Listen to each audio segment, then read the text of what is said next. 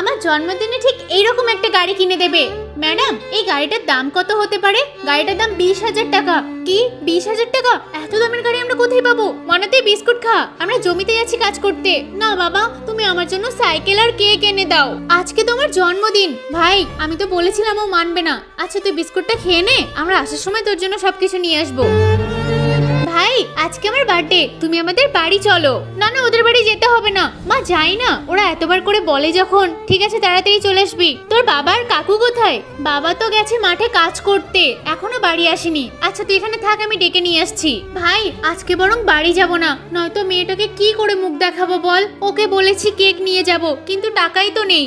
আঙ্কেলদের কাছে টাকা নেই, আমাকে কিছু একটা করতে হবে। কি রে, এত তাড়াতাড়ি বাড়ি চলে আসলি? মা, ওদের বাড়িতে কে থাকবে? কোনো কেক নেই, কিছু নেই, গরিব না। হ্যাঁ, আমি তো তোকে বলেইছিলাম ওদের বাড়িতে যাস না, তুই তো গেলি। মা, আমাকে কিছু টাকা দাও, আমি কিছু খাতা কিনবো।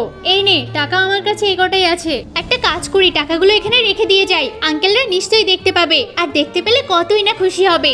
নে ভাই, ধানগুলো সাইজ করে রেখে দে, আরো দিচ্ছি বোঝা বেঁধে। আরে এতগুলো টাকা, এতগুলো টাকা এখানে কি করে আসলো? এই টাকাগুলো দিয়ে তো আমাদের মেয়ের বার্থডে খুব সুন্দর করে পালন করা যাবে। কি মজা, আমার বাবা আমার জন্য সাইকেল এনেছে। শুধু সাইকেল না, তোর জন্য কেকও এনেছি।